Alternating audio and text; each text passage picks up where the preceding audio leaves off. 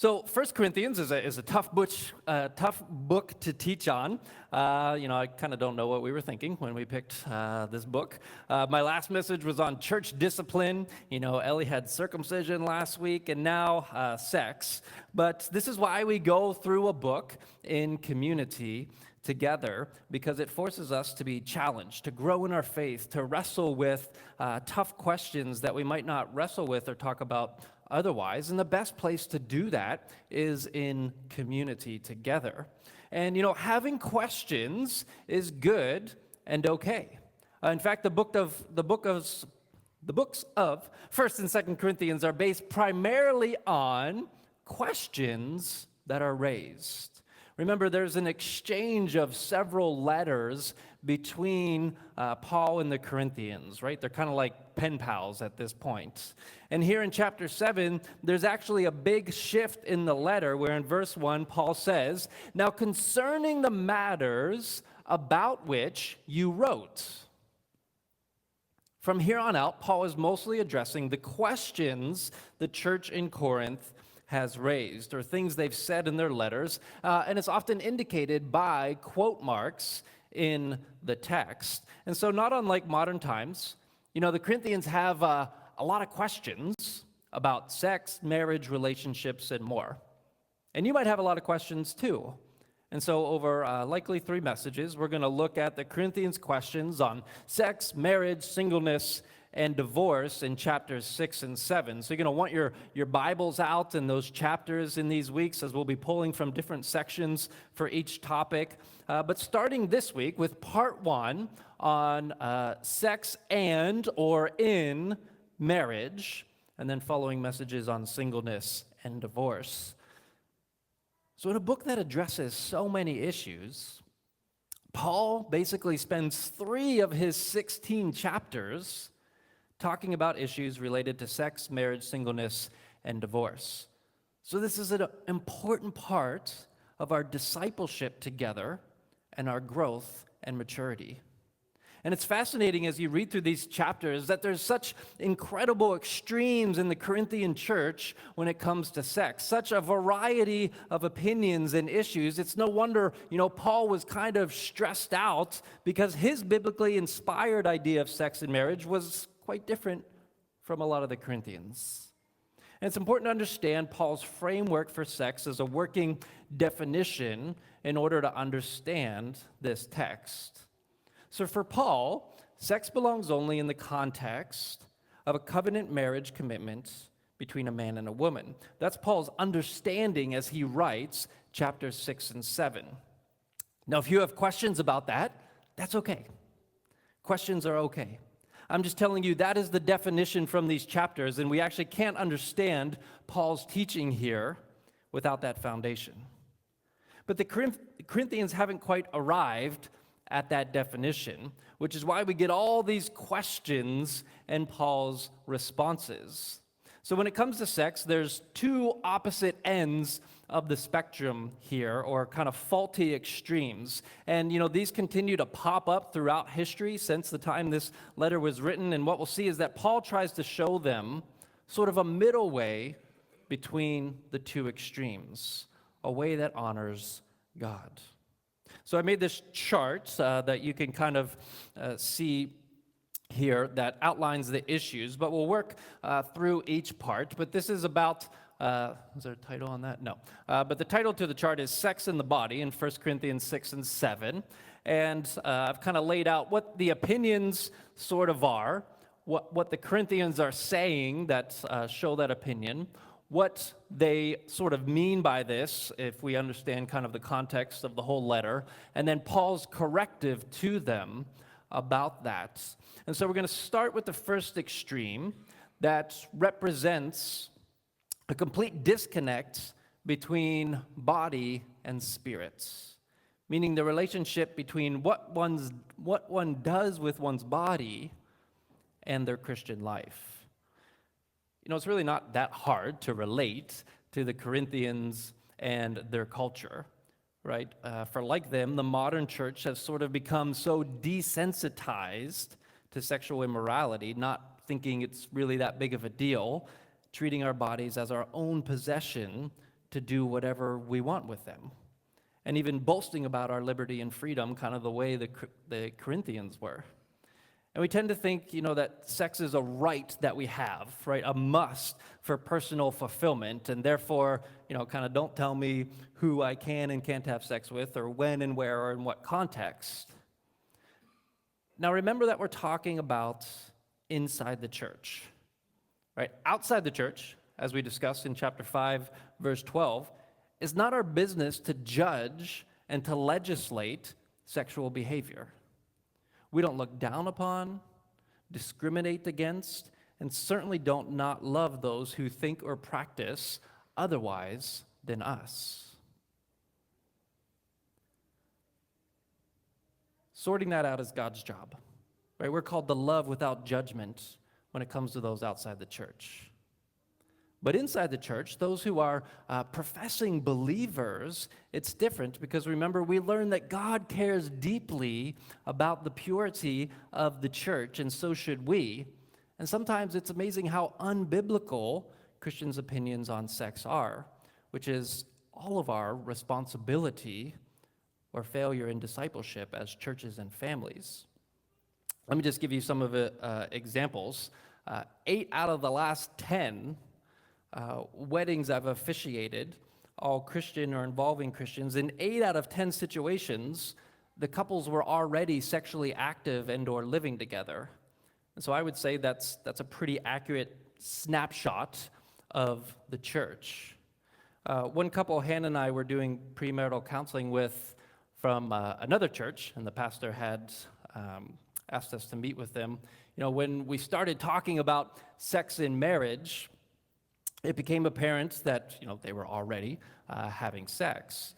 And so when we, as we always do in that situation, said, okay, we deal with kind of reality as where it is, and from this point on, we're going to encourage you to practice abstinence until the wedding so that you can live in obedience under God's blessing during this time. And they were just completely uninterested. They were like, well, it's not always intercourse, and I just don't think we can really do that. You see how disconnected sex was from their spiritual life and discipleship. And this was a couple planning to go into ministry together. And they just didn't see the big deal. And this happens all the time. And it's how the Corinthians were doing it too. They were just being like, hey, I'm saved, I love Jesus, I'm a Christian, but I have my rights, I have my needs, and when it comes to sex, it's my decisions. And something that was taken for granted among Christians for centuries, namely that sex is designed for the confines of the marriage covenant, is now so hard to convince people of in the church. It's hard to even wrap their minds around. I get just completely blank looks from people. They think the biblical teaching is either too hard or too inconvenient, and sex is treated so casually that we've become desensitized to it and no longer understand its deep biblical and spiritual meaning. And what is that meaning? What's Paul's corrective here? Well, he says in chapter 6, verse 13, the body, however, is not meant for sexual immorality, but for the Lord, and the Lord for the body. By his power, God raised the Lord from the dead, and he will raise us also. Do you not know that your bodies are members of Christ himself? Verse 18, flee sexual immorality. All other sins a person commits are outside the body, but whoever sins sexually sins against their own body. Do you not know that your bodies are temples of the Holy Spirit who is in you, whom you have received from God? You are not your own, you were bought at a price. Therefore, honor God with your bodies. So contrary to what the Corinthians were saying, Paul says what you do with your bodies matters, and says a huge amount about what we believe about God and being made in his image. Why? Well, Paul makes 3 points here. He says, number one, our bodies belong to the Lord, and they'll be raised in the resurrection. So for those who say our bodies don't matter, aren't a part of the spiritual life, Paul says, whoa, we're going to be actually raised in and with our bodies. Therefore, we are to honor God with our bodies. Verse 20. And in context here, he means in our sexual behavior and purity, because our bodies are members of Christ himself, verse 15 of chapter 6. And so his third point then is we are one with the Lord in spirit, and we are temples of the Holy Spirit. So it's not always easy getting up here and teaching things that aren't always popular. But friends, Paul has some serious words here when it comes to sexual behavior. Remember, he says back in chapter 4, verse 14, I'm writing this not to shame you, but just to warn you, right? Paul's pastoral heart here, he's actually looking out for them. About their behavior, he says in chapter 5, verse 6, that your boasting is not good. He says here in chapter 6, verse 9, don't be deceived. And then in verse 18, flee this unbiblical teaching about sex. So first, Paul refutes this idea among the Corinthians that what we do with our bodies, particularly when it comes to sex, isn't that big of a deal. So maybe you're thinking, man, Joseph, you and the Bible are so old-fashioned, prudish, puritanical even. Come on, it's 2024. Are you saying that sex is bad? No, quite the opposite. What I'm saying is sex is so good that God has a specific purpose for it in mind to protect its goodness for believers. In fact, the Bible here corrects a somewhat prudish or ultra-conservative view of sex. So let's look at the whole other different extreme in the Corinthian church, and that is that some of the Corinthians were actually saying that sex is unholy, that it's unspiritual even. So some Christians were going to the opposite extreme and saying all pleasure is to be avoided, it's bad. They were basically saying, surely sex can't be a part of the Christian life and discipleship. And so they wrote to Paul to kind of make sure. And you see in chapter 7, verse 1, they said or asked, basically, it's best to just not have sex, right? Like that would be the superior spiritual position. And what we see in chapter 7, verses 28 and 36, is that they're taking this so far as to say that marriage and its covenant act of sex is potentially sinful, or it's at least kind of for the less spiritual among us. So they're wondering, really, if just sex in general is okay, even in marriage.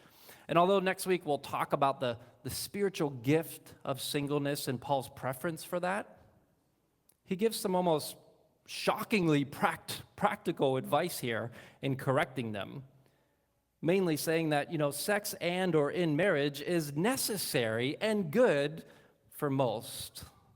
So look what he says. He says, now for the matters you wrote about. So now he quotes the Corinthians. So for the matters you wrote about, you say, basically, sex is bad. You say it's good for a man not to have sexual relations with a woman. But since sexual immorality is occurring, other translation says, since there's so much immorality, like today's culture, Corinth, it was a sex-crazed culture. Remember, we talked about in the intro that there were temples dedicated to sex goddesses, and you had hundreds of prostitutes there, and this was just a common part of life.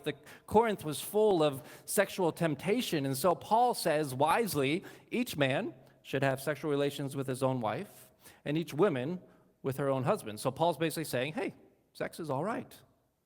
The husband should fulfill his marital duty to his wife, and likewise the wife to her husband. The wife does not have authority over her own body, but yields it to her husband. In the same way, the husband does not have authority over his own body, but yields it to his wife. Do not deprive each other. This is what some of the more spiritual Corinthians were doing. Do not deprive each other, except, perhaps by mutual consent and for a time, so that you might devote yourselves to prayers. He's referring probably to times of fasting. But then come together again so that Satan will not tempt you because of your lack of self-control. So some of you are like, all right, can't wait to put this message into practice.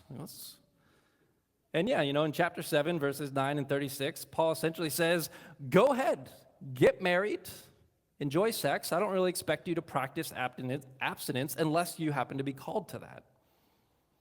I won't say much about this passage because, for one, it's pretty self-explanatory.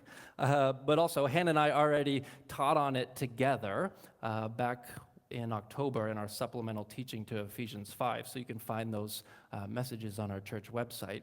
But I'll just re-emphasize really the shocking egalitarianism or equality of this passage. In the first century, it was a given that husbands had authority over their wives, including in sex. But Paul gives a radical teaching of mutuality here in giving wives authority over their husbands as well. And the message is that none of us have autonomy over our own bodies. Now, that's not a popular message today, I realize, but our bodies belong first to the Lord. And then if we're married, second to our spouse. And it's really a beautiful picture of mutuality and understanding and curiosity toward one another that should encompass sex within marriage, and that should really be a witness and testimony to the world of covenant faithfulness within the marriage relationship. And it's why it's not surprising to learn in studies that, people who have the most satisfying sex are those who have been in faithful, committed relationship to one another for a long period of time. Which brings us to kind of the bigger picture of what's going on here, which is the biblical teaching on God's good plan for sex and or in marriage. So I don't have a lot of time. This can't be really a full explanation here, but just remember this. God created sex. It's God's idea, right? And it's really a gift from God. And therefore, sex is good, even to be enjoyed. But since God created the gift of sex, God also creates the parameters and context for how that gift is used. As we said, I don't expect people who don't have a deep faith and belief in God as ultimate creator to understand this. If they don't see sex as God's gift, well, they won't feel the need to follow God's instructions, and I don't blame them. But as believers, we're aware that this is a great gift given to us, and it isn't some right we have or something we have autonomy over. So let me kind of illustrate. So if I had this, family heirloom, meaningful family heirloom, say a watch from, my great-grandfather who came over to the U.S. from Italy when he was 18 years old. And he came with this watch as his only possession. And maybe it's not worth much at all in terms of, market value. But because it's been handed down as a gift in the family through generations, I protect it, right? I don't just flippantly use it for casual recreational activity, right? It doesn't belong in my messy box of casual jewelry. No, this is a special gift. Now let's say I accidentally drop this family heirloom watch into a bag of donations to the thrift store. And they look at it and they're like, oh, this is kind of a cheap watch, nothing special about it. We'll sell it for $5. And someone buys it for $5. I don't expect them to understand how precious of a gift this is because they don't have a connection with the owner, the story behind it. So no one would blame them in a way if they just treat it however they want. Right? They just use it kind of as their backup watch. They use it recreationally anywhere they want. But if I met them and I explained to them the origin, the owner, that, hey, this is from 19th century Italy, suddenly they would maybe think about it differently. Right? They would use it differently as a special possession, as a way to honor the original owner. See, when you know the origin of the gift, you treat it differently than those who don't. So as Christians, we think of sex differently because we actually have a higher view of sex. I mean, we're pretty high on sex here in the church. Take that message out into the world. Some great books have been released about this over the last few years. This one's called Sexy Christians. If you think the words sexy and Christians don't belong in the same sentence, think again. Yeah. This one's called The Great Sex Rescue. And, this is actually based off of 20,000 interviews with Christian women, and kind of goes through the subtitle, The Lies You've Been Taught and How to Recover What God Intended. We actually had one called Divine Sex, just referring to God's plan for sex. And we had all the books out there when we were reorganizing the library. And as we often get, especially in the summertime, we had a walk-in come in and they were looking for food and help. And as we went to get them groceries and some stuff from our pantry, they're looking through the books. And I came out and she's holding the Divine Sex book and she goes, "Can I have this?" And, I think she was thinking a different meaning to divine sex than what was meant. But I was like, sure, hopefully it helps, speaks to her. So I'm sorry if you've received, maybe bad teaching, making you think otherwise, or being afraid of sex. That's kind of what Paul is correcting here. But let me close with just saying, hey, probably none of us have done perfect in this area, right? We've probably been on one extreme or the other, and probably at different times in your life, you've been on both extremes at some point, that the Corinthians were.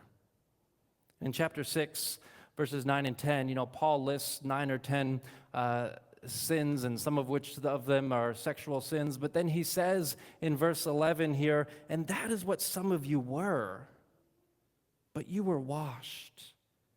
You were sanctified," meaning made holy. "You were justified," meaning made right, "in the name of the Lord Jesus Christ and the Spirit of our God."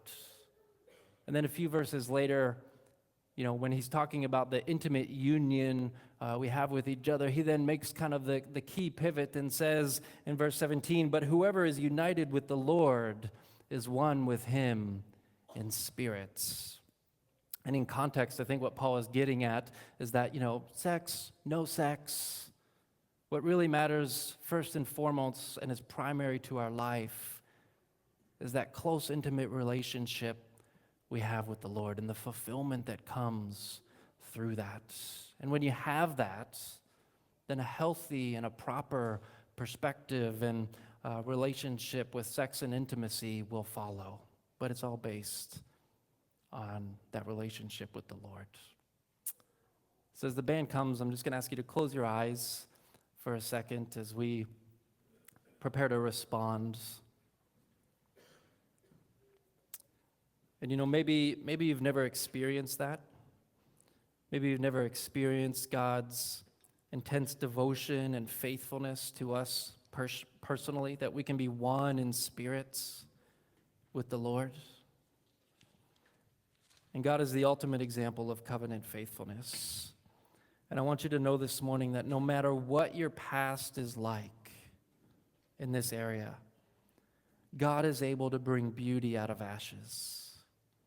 That His grace can change and transform you now that you understand His story, meaning now that you get the story behind the watch, so to speak. That you come to the realization that you are a child of God, created by God, loved by God, and you can trust the Lord and His word as good. And friends, part of my story is before experiencing God's grace, I was like the first extreme of the Corinthians, where I kind of said, this is my life, I can do what I want with it, and I tried it all. But then I encountered the Lord. And I encountered His grace, His beautiful presence, and I began a relationship with Him. and I got on the road to a different understanding of what life is all about. And maybe that'll be you this morning, that you've received one whole different story about what life is or should be about. But now you understand the great gift that God has given us. And He will now bring beauty out of your story of ashes. But to everyone here this morning, may I encourage you just to come. Let Him come and rid you of all shame. There is no shame here. There is just forgiveness and grace. And to now base your life on not what the culture tells us, but on the story of God's love and faithfulness to us. Knowing that is the story that will endure forever. And so His praise will ever be on our lips. So let's stand now and sing about God's faithfulness and love toward us and how we model that in our lives.